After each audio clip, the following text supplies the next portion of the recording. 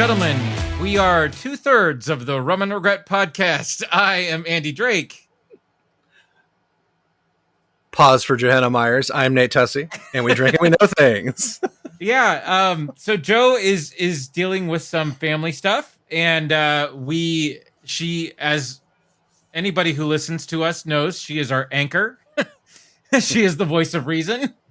So we apologize for what's going to happen here tonight.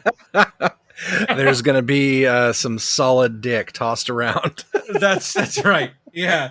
But Joe, if you give this a listen, just know that we love you, we miss you, we're thinking of you. Hope everything goes as well as it can during your time in the YO. So yes, exactly what you said. Yes. Yeah. So tonight we are going to talk about, we've had some great trailers come out in the last few days. Notably, three that caught my eye, kind of. But Dune, first and foremost, God, which so we got a full trailer, which, I mean, they really hit on all of the actors in there too. So we'll talk that tonight. Today we finally got a more fully fledged Ghostbusters Afterlife trailer, which looks equally incredible. And we also got a director commentary trailer, which was very cool as well. So, oh my God, it was so good. I know. Yeah. And then I know if Joe was here, we would be talking the Jackass Forever trailer as well.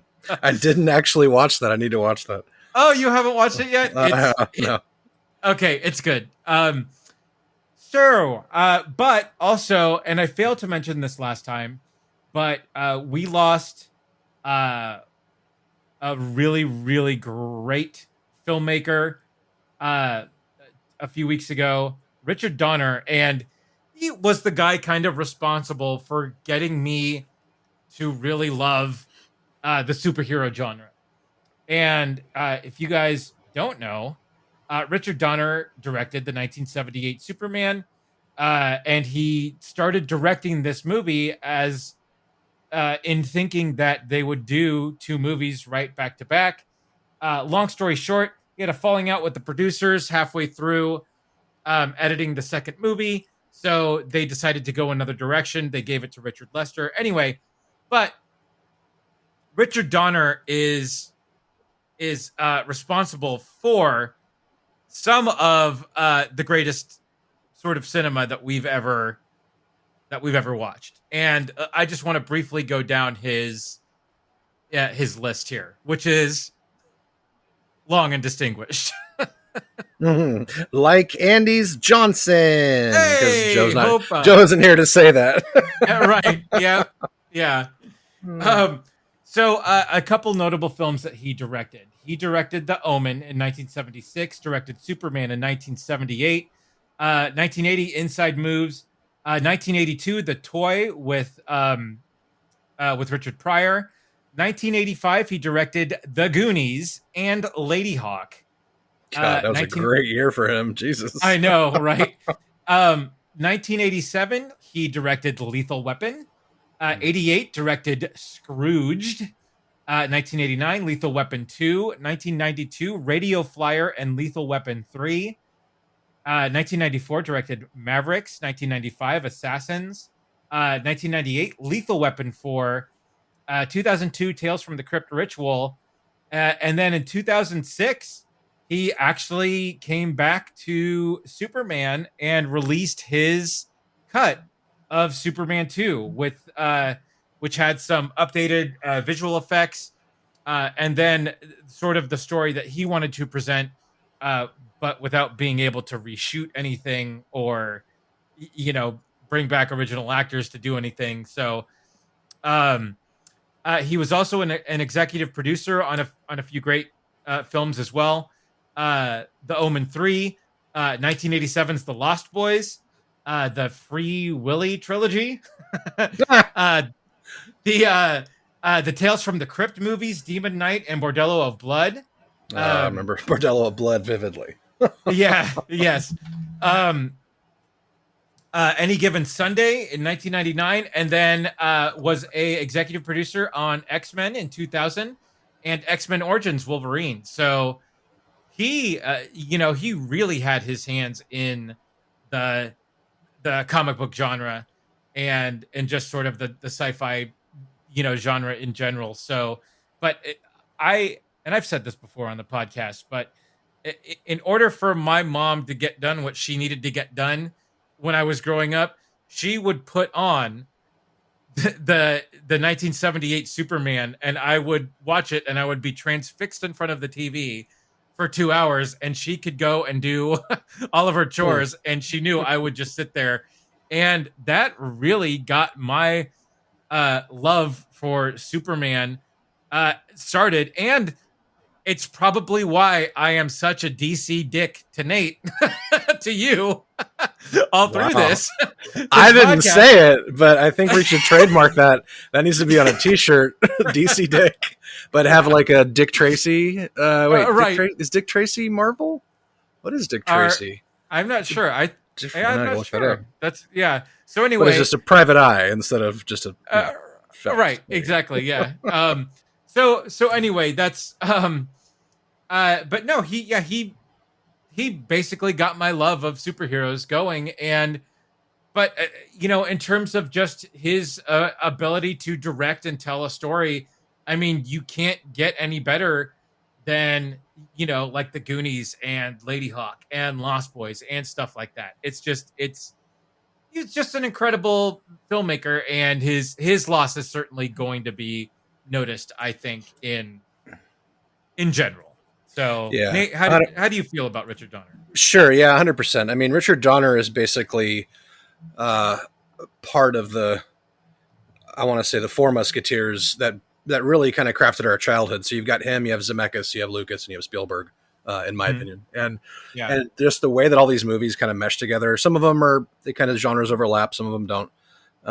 But I mean, obviously Superman is the most worldwide known, but then, I mean, Goonies is probably one of my all-time favorite movies. Maverick is also one of my all-time favorite movies. Oh yeah. Especially at that time. I mean, I was a huge poker fan growing up and started to play poker pretty competitively by then. And I love that movie in general. Casting was great.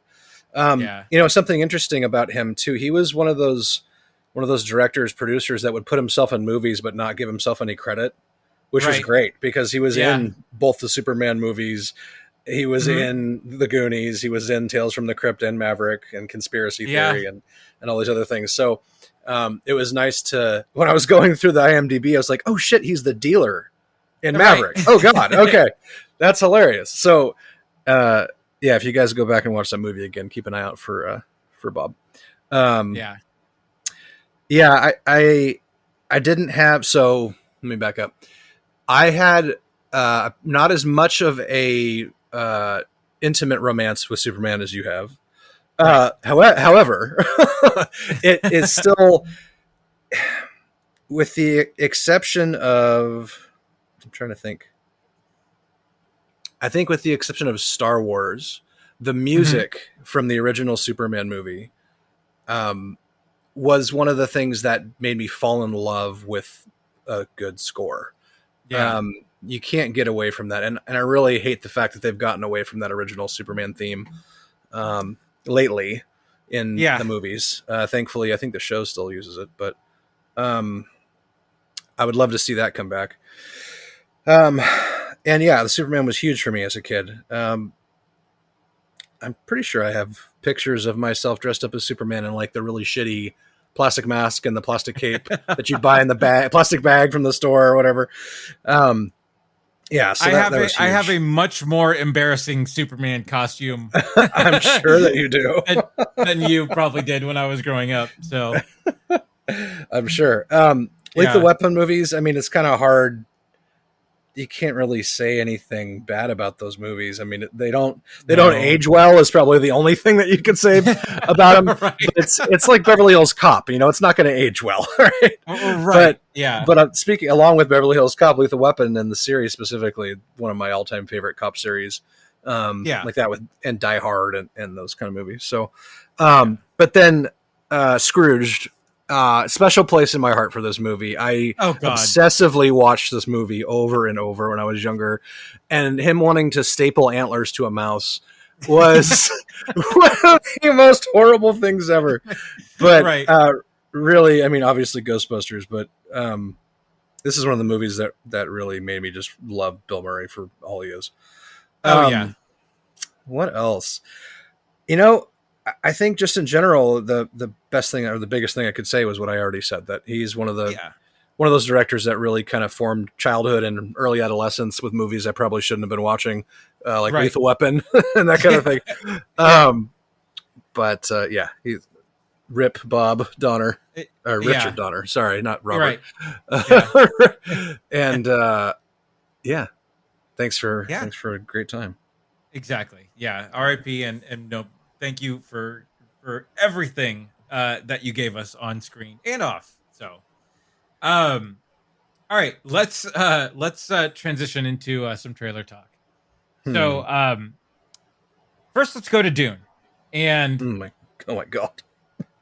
so um so yeah, so my history with Dune, I never read the books, just full disclosure. And I love the David Lynch version of Dune. Right? I thought that was a great it's a very it's a great cult classic movie that I just adore, and if it's on, I will watch it. you know, um that's one of those movies that had a fantastic cast, and I don't know, the effects are for the time were passable, and they sort of work. I mean, now you look at it and it's just like, oh my god, but still it totally works. And so they tried to redo it at one point, and I forget if it was a TV series or if it was a like a made for TV movie or something, like on It Sci-Fi, was right? a TV series in like 2000, I think. Hang on. Yeah. Yeah. 2000 to 2000 TV miniseries, 3 episodes, Yeah. with William Hurt and Alec Newman. Right. Oh, and And then it there was did. another one. There was a Children of Dune TV miniseries in 2003 with Alec Oh, Newman and Julie Cox. okay.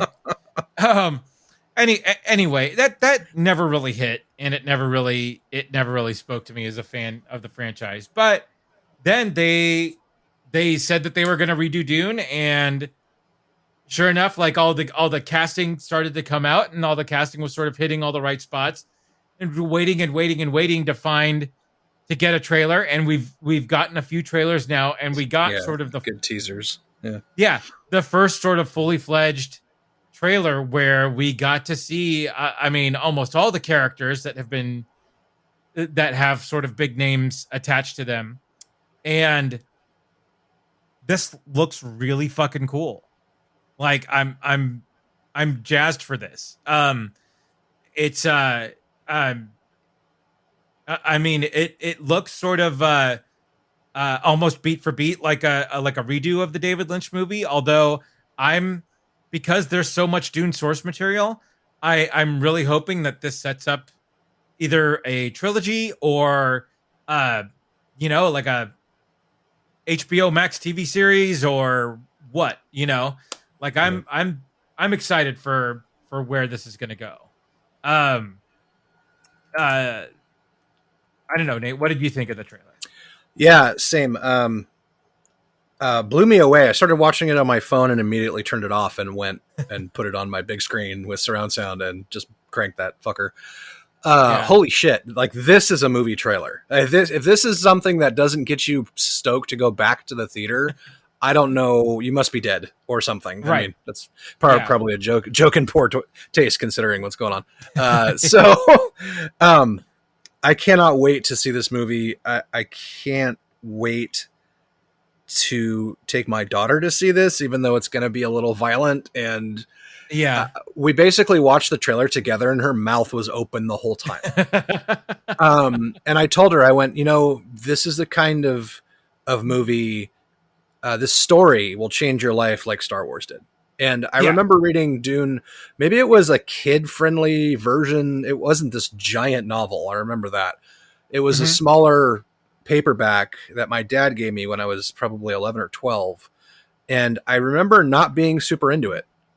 Yeah. I remember kind of the basic story. I remember a lot of the cool kind of action pieces that happened, but I haven't read it in 30 plus years. So I actually went on to when I heard they were remaking it, I went on Amazon and bought the hardcover copy that has like the blue edges, like the spice Right. blue edges on the paper. Yeah. And I've got that on my shelf here, getting ready to crack that open again. Definitely Nice. want to finish that before watching the movie, but I was blown away by the trailer. I love the way the cast is fucking phenomenal. First of all, Yeah. Yeah. um, Let's roll through that really quick. So we got Timothy Chalamet as Paul Atreides. We got Zendaya as Chani. We Chalamet, have Chalamet, Chalamet, whatever. Rebecca Ferguson as Lady Jessica. Raul, Jason Momoa as Duncan Idaho. Uh, Raul. Josh Brolin as Gurney Halleck. Oscar Isaac as Duke Leto Atreides. Stellan Skarsgård as Baron Harkonnen. I cannot wait to Brilliant! Oh my see god, him in this role. It's oh, oh he's man. in the trailer, right? You saw that? No, That I one. saw that part. Whoa. Oh yeah, yeah. We get Dave Bautista as Glossu Raban, the huge Harkonnen. Beast. Javier Bardem as Stilgar. Charlotte Rampling as Helen Moyham. I mean, it's packed. Stacked. Yeah, it's a stacked Yes. cast. And they Yeah. all look amazing. I mean, they look like they've lived in these characters for a long time. And to your point, um, if this movie hits, and I think it will, just because of the timing of where we are with movies right now, Yeah. regardless of the quality. But if the quality's there, also, it's just going to be multiplicative. And if this movie hits really hard, you're going to see a series. You're going to I see hope so. a movie trilogy or a spin-off show on, which I think I would probably prefer, on like a Netflix or an HBO or who's the distributing This this? this is Warner Brothers. Oh, that's right. It's coming out on HBO Max. Right. Yeah. That's right. So Okay. So yeah. I'll watch it in the theater and then immediately come home and watch it again the next day or Yeah. something like that. Yeah. Got to support the local theaters, especially AMC folks. If you're keeping in tabs on the stonks, AMC. There you go. Right. AMC Entertainment Holdings. Yeah, there you go. Yes. Um, Yeah. yeah, so I can't wait. I mean, the effects were great. The story, just the way that Zendaya kind of introduces things in her voiceover in that trailer, Yeah. it was really kind of perfect. I couldn't think of any other way to kind of hook people into it. And that whole, the Arrakis is beautiful when the sun is low and you can see the spice across the sand kind of thing. Like, damn. All right, I'm there. Let's go. Yeah. Let's do this. Yeah. Regardless of all the other cool, like it's Game of Thrones meets like Star Wars meets like, I mean, it's not even a space fantasy. This is hard sci-fi. It's like Game of Thrones Yeah. meets Wayland Yutani. I don't know. There's no xenomorphs, but All there right. are worms. There are worms. Spoiler alert. Yeah. Yeah. Sandworm looked fucking phenomenal. Oh, so good. Yeah. God. And even just like the sparring sessions with the personal shields, just the kind of subdued special effects there. You could really go over the top with that stuff, but it Right. actually looked kind of almost organic and really kind of muted. It didn't need to stand out. It's more of the action that stands out. And I can't wait to see what they do with these action scenes too. It seems like there's going to be a lot of close up action and then a lot of really big kind of explosions and lens flare type stuff. So Yeah. we'll see. I mean, Denis Villeneuve is a genius, so we'll see what Yeah. he does. Yeah, Frank Herbert helped write the screenplay, so I'm excited. Yeah, and that's always good when the author of the source material is involved, and it's not going to stray that far from sort of where it goes. And sometimes when the authors aren't involved, it just gets Well, we're both it, wrong because he died in '86. So, oh really? What was I misspoke? He's Oh. credited on the IMDb, but it's for the novel, not the screenplay. Oh, okay. So just anyway. Yeah. Well, we'll edit that part in post. right. No. Well, you know what? But that being said, too, is that some of the stuff that I've seen is that a lot of a lot of the crew chose this project because they love Dune, and because they want to, and sort of similar as to why a lot of the people who are making His Dark Materials on HBO right now chose that project, is because that they loved the books growing up. So I saw an interview with Dennis Villeneuve, who said that this is one of his, like his sort of passion, like, book series. So Yeah. what else he did Blade Runner 2049. What else? Arrival, which are both amazing movies. Oh, that's He did right. Sicario, which was fucking amazing. Oh yeah. Uh, yeah, Oh he's done a god, lot. yeah. Okay, yeah. So this, yeah, it's I think it's gonna be. Yeah, I can't wait. Okay. You look at his IMDb. He has directed Dune: The Sisterhood, a TV pilot. Yeah, that was from a while ago, I think, though, right? Was it a while ago? I think It's so. it says announced. Uh oh. Breaking news.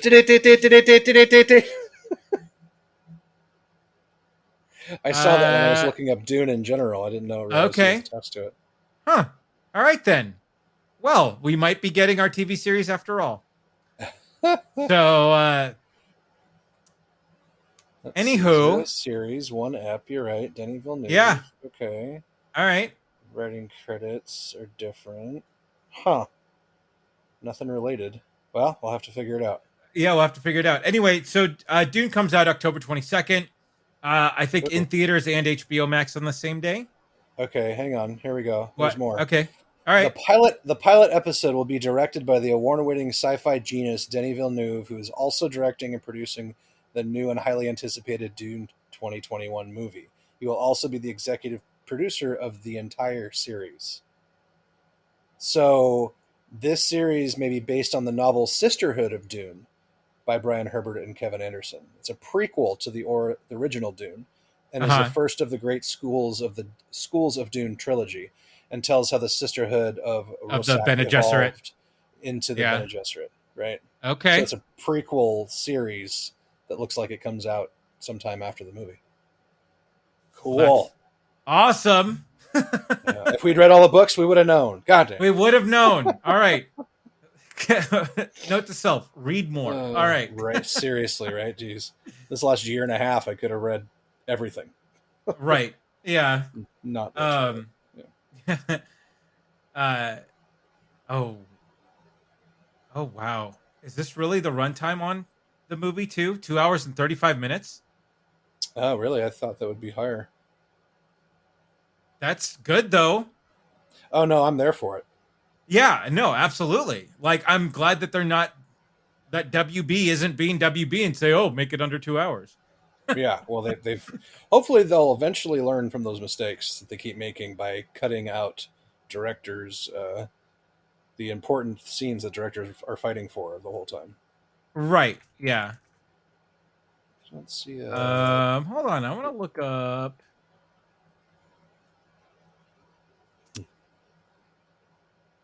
I'm saving the poster here as a wallpaper because that's fucking amazing. Yeah. What are you looking up? No. So on a curious, sort of weird side note, we're a week and a half away from getting the Suicide Squad. Yes. And I just wanted to look and see, since that was a WB property as well. That runtime is 2 hours and 12 minutes. And that's So, also being released on HBO Max. Yeah, HBO Max same day, and we are getting a companion TV show afterwards. So, yeah, Good. all It's right, gonna be exciting. yeah, it is. Anyway, all right. So let's move on to Ghostbusters Afterlife. And so this was a movie that was supposed to be out already, right? Right. Yep. But no, they've delayed it because I think that they've been wanting to, or I think this is Fox, right? And Fox or Sony. Sony had the original, so yeah, I'm assuming it's Sony. yeah, so Sony probably wanted to release it in theaters, and they wanted to wait. So uh obviously we got the remake a couple years ago, with the all female cast, which was okay. It wasn't great, but it wasn't terrible. Yep. Um, but it there's just wasn't a whole lot there. So anyway, what gets me excited for this one, and again, we've talked about this before, is that Jason Reitman, son of Ivan Reitman, who wrote and directed the original, was literally there on set with his son every day, trying to make a proper sort of companion Ghostbusters. Um, a sort of in the and so the all of the trailers that we've seen so far have focused on this family sort of out in the sticks that finds um all of the old equipment. So it's definitely Spengler's family that is they're they're broke. They're they had to move to the only thing that they had left, which was this house in the middle of nowhere, and they found all. So yeah, we've only gotten really teaser trailers up until this point, uh, that have really haven't revealed anything. Well, we got a super trailer today, 2-minute trailer, and then we got this companion 15-minute director commentary on the trailer, which basically explains Jason Reitman uh, going over all of the different choices that he made, with um, the way he composed some shots, some of the VFX that he uses, um, you know, uh, sort of, the basic sort of plot of the first movie was these rejects trying to find their place in the world, and like they get kicked out of the university, so they sort of focus on the one thing that they can do, which is figure out a way to bust ghosts, and this was the impetus for this story moving forward. So anyway, um I'm It's Stranger Things meets Ghostbusters, basically, absolutely, and we get Finn, more Finn Wolfhard. right, Best exactly. name ever. Yeah. So I mean, my excitement level for this is through the roof. Yeah, same. Yeah, I'd have to say that as hyped as I am for Dune Ghostbusters, I'd say it's probably equal. It's an equal straight thing. Right. Whatever we're calling this podcast. It's an equal solid dick to between Ghostbusters and Dune. Yeah, I'm super hyped. I can't wait to see it. So anyway, a lot of the actors from the original movie were here in this trailer. Well, some of them anyway. We got Annie Potts. We got Dan Aykroyd picking up the phone at the end in Ray's occult books, which was great. Right. That's so awesome. So great. And but now I don't know if you saw the link that I sent you afterwards, which was the toy line. Nate, I did, but I didn't want to spoil anything for myself. So I'm not going to say anything then. The IMDb completely spoils who's in the movie, though. So it's okay. Right. Yeah. Well, so anyway, the toy line is of the has the 4 kids in their Ghostbuster outfits, right? Nice. And but then you scroll down and you see the remaining original Ghostbusters as toys. So Sweet. yeah. So and then they have the there's going to be a RC ghost trap with the 4 wheels that you can get. Oh, nice. That's dope. Yeah. So that's going to be pretty amazing. I'm excited they're bringing back the Terror Dogs. That was one of my favorite parts from the first. Yeah. Oh God, movie. When it crashes out of the Walmart, I love that. Yeah. And yeah, and we'll I'll post the video to the director commentary, because there's so much that all of the choices that he makes in here are really, really good and really, really smart. So, and you just sort of see that he's coming out of it from a really, really smart place, and not just to make something that's new and shiny and says Ghostbusters, but really brings you back to what you liked about the original movie and the 1989 sequel. So I'm stoked. I'm stoked that that a Reitman is directing it. you know, um, and I love that they're focusing on Harold Ramis's sort of fake family, past past this here as as a real sort of you know tribute to him and sort of his impact on the franchise as well because he helped write the original movie as well. So, man, like I can't wait. I can't wait for this. Yeah, it's going to be great. I'm really excited that, and to your point, make sure you guys watch that director's commentary version of the trailer. It's magical, and it really kind of just tells you how much he loves this stuff. I mean, he grew up around it, right? He was a young child when his dad was making the original, and he says it a couple times in the YouTube video where it's a family making a movie about family. Yeah. So that his dad was more than just the guy over his shoulder that we've seen on all the videos, but he really, I can't imagine how stressful that must be to understand the weight that you carry on something that's so important to so many people, but let alone your father. Yeah. Yeah. That being said, I'm super excited for it. I can't wait to see how this plays out. I love that Paul Rudd's in it because he's really become like the perfect everyman casting choice, and he's funny and charming and all of that, and he's Ant-Man. So there you go. Right. There you go. Yeah. Hopefully they do like some. So there's a scene. I mean, I'm sure everyone's seen this because it's been in every video. There's a scene where they're in the supermarket and the mini Stay Puft marshmallows are going crazy. Yeah. Little Stay Puft Marshmallow Man. I really hope there's a scene where they like fight into a toy aisle and like knock an Ant-Man figure off a shelf or something. That'd be hilarious. Yeah, a little Marvel nod. Right. That'd be hilarious. But I don't think it's not going to be that self-aware. No. Yeah, I'm really excited. It was interesting to hear that he'd never directed a chase scene before and was really apprehensive about it. And then after you see the chase scene in Ecto 1 with the sidecar seat for the gunner, which is amazing. He really wants to do another one. So I'm excited to see what happens with this. I'm stoked that they brought back pretty much everybody they could from the last movie. Or the original movie. Right. And that says a lot about it too, because I know that Bill Murray has a sort of a strained relationship with the franchise. And there's a really great YouTube video out there that sort of picks apart what happened with it. But I guess he's come back to it and he's good. So good. Yeah. Anyway, but just to sort of if you guys, I mean, obviously Jason Reitman is the son of Ivan Reitman, but he has been directing movies for quite a while. So most notably, he directed Juno. He directed a couple of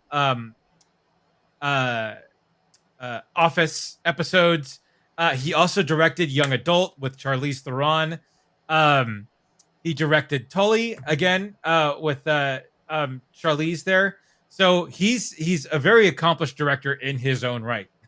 So I'm stoked that he's working on this, and I'm stoked that he's doing it. He also directed the home movie of The Princess Bride that all of the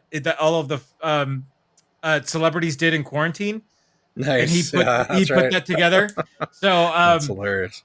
So yeah, if you guys haven't seen that, check that out because it's incredible. So anyway, yeah, I can't wait for this. I'm stoked on this, and I'm excited to see this extension of the story. So same. And again, and it's funny too because we've talking about first in Richard Donner where my mom would put on Superman for her to get her stuff done.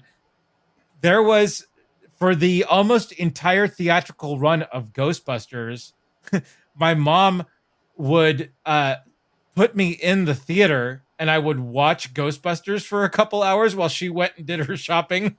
Oh, wow. And there was Jesus, I Georgia. Remember, I know.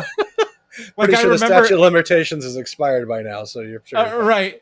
Yeah. So, but I remember it was, I want to say there was at least a month and a half where mom would like, hey, do you want to go see Ghostbusters again? Like, hey, yeah, sure. And I just go in the theater and she would go and do her stuff. So I was 9. I was fine at That's the time. Yeah. that's amazing. Oh Anyway. man. So yeah. I don't know.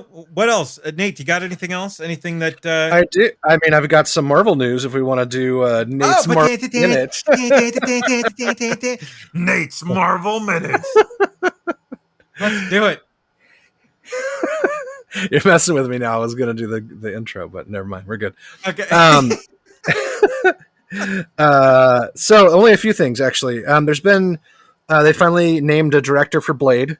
So Bassam Tariq is going to direct Blade. He most recently did a film with Riz Ahmed called Mowgli Mowgli that has scored a 97% of Rotten Tomatoes. I haven't seen it, but apparently he was kind of highly sought after, and they saw dozens of directors, but his pitch and vision really won Kevin Feige over. So we're a long way from seeing it, but the fact that so many people came in and pitched it, and then he basically caught Feige's attention makes me very excited for the potential of Blade.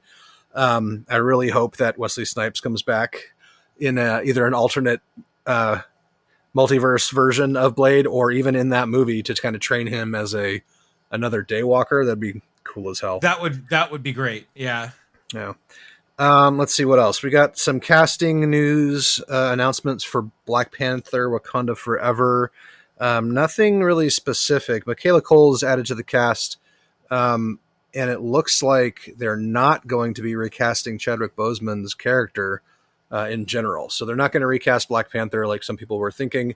I think out of respect for him, they're going to keep T'Challa in the ground and then just move on from there. So I think that's a good decision. He was made to play that character. It'd be kind of hard to see him play anybody else. Speaking of which, there's been a lot of rumor lately about Marvel Netflix superheroes showing up in the MCU. A lot of talk, and most recently, it was not Charlie Cox as Daredevil. It was Vincent D'Onofrio as Kingpin. Oh, and that's right. Yeah, he might be making a return to the MCU in the Hawkeye series, which will be phenomenal. I've also heard more news about most of the Netflix Marvel characters potentially being in the MCU. Most being like everyone but Danny Rand as Iron Fist. You know, the Iron Fist. Yeah. But that means Jessica Jones. That means the Punisher. That means Daredevil, and that means what's the other one? Luke Cage. There we go. Luke Cage. That's right. Yeah. I think they're from what I've kind of done a little bit of digging, and from what I've seen, everyone was so thrilled with those casting roles that in those roles that it'd be silly for Marvel to try and recast them. And now that we have the multiverse, we can just fold them in. So we'll see what happens. I'm sure there's a lot of red tape that has to be kind of cut through to make that happen. Well, but so we got Spider-Man. Right. So Luke, the guy who plays Luke Cage is one of the main characters on Evil right now. Nice. Yeah. And so, I mean, I hope it all works out. Yeah. Mike Coulter. Yeah, he's a badass. I haven't started that series yet. I just am restarting Daredevil because I never made it through it. So I'm starting from scratch. Okay. And that's amazing. Yeah. What else? I don't have any other Marvel news off the top of my head, but as a streaming suggestion, we found out today via SkillUp, who's one of my favorite video game YouTube reviewers ever. This guy's amazing, out of Australia.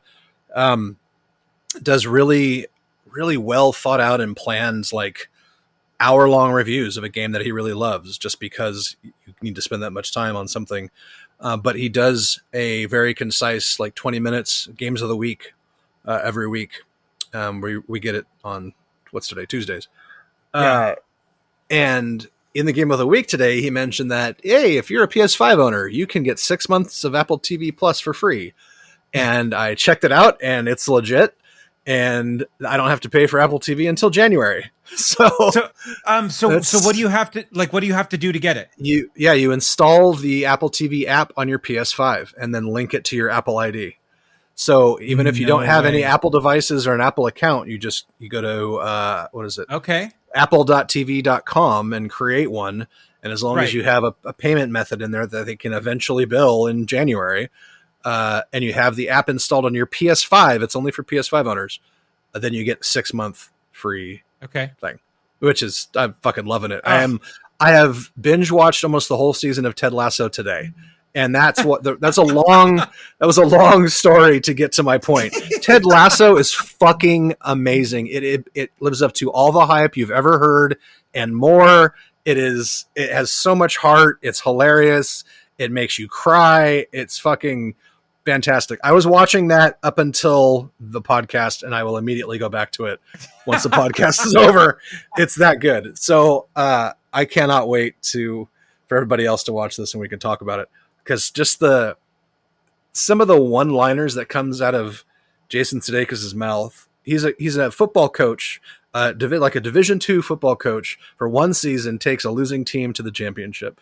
So a Premier League team owner, to spite her cheating ex-husband who she took the team from, hires him in the team to run it into the ground, basically. And so he comes over from Kansas and is just throwing out all these Midwestern one-liners. And it's so fucking charming. It's disgusting, but it's amazing. I gotta check every character is hilarious. Watch it with Jamie. You guys will fucking love it. Okay. Yeah. We can't recommend it highly enough.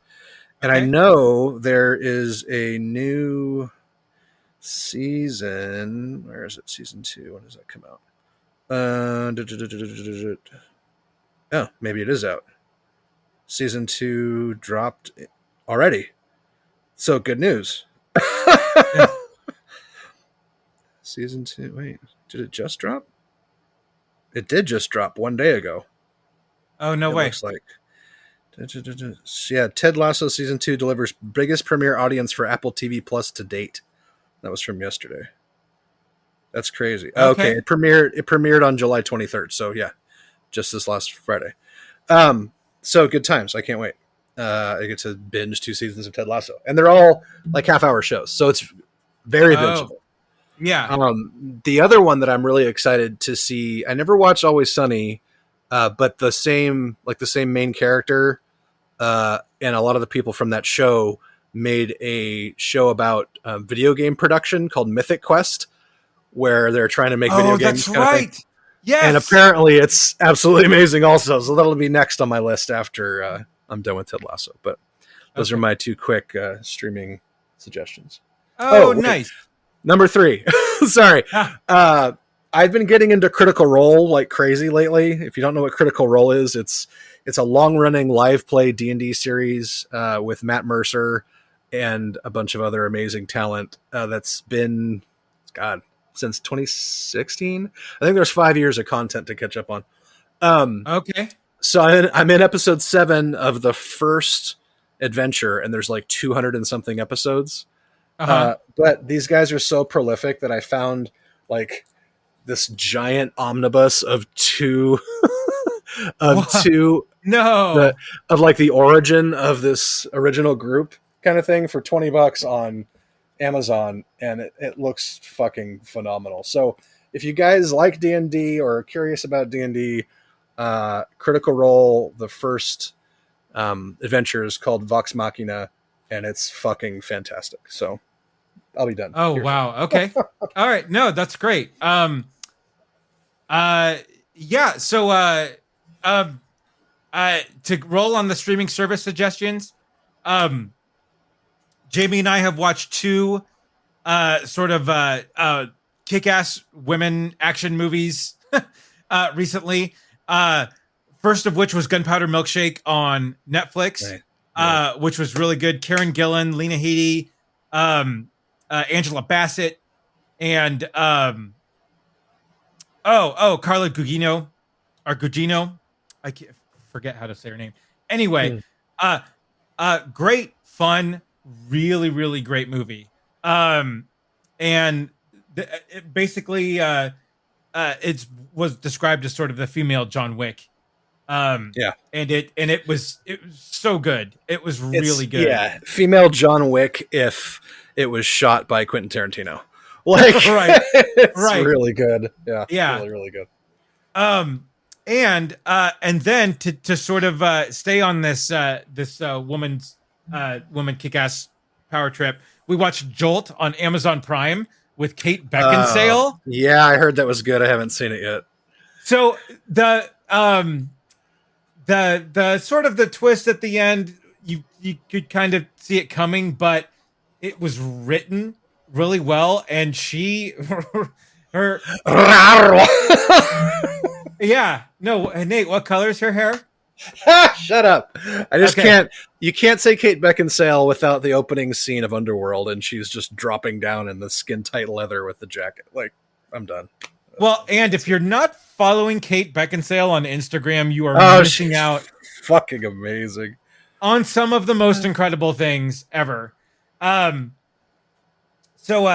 anyway, she kills it. She totally nails this role. Basically, she's got a condition where um, she she can get sort of overheated, and basically you don't want to make her angry. Sort of hulkish.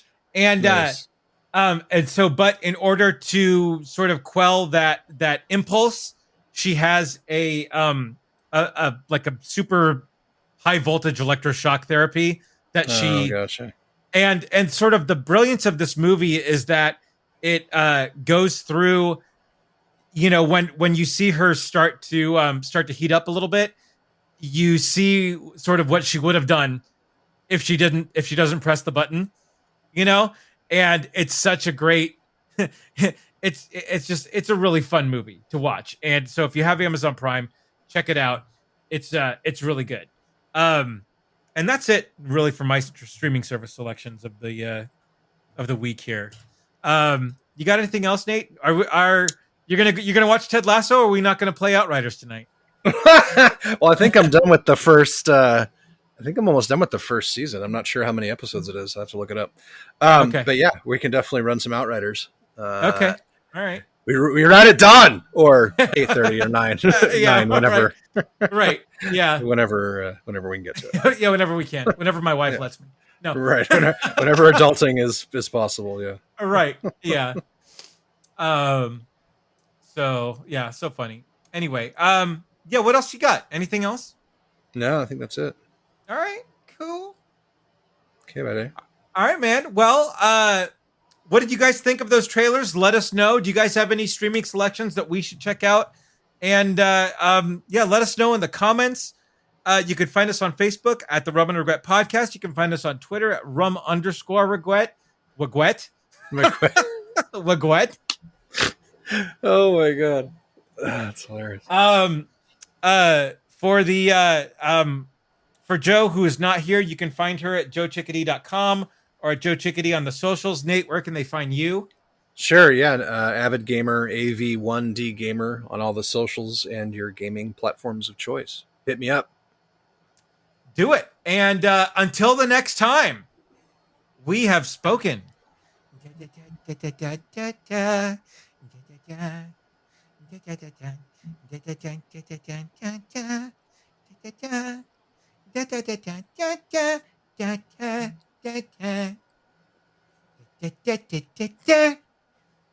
Hey, you guys!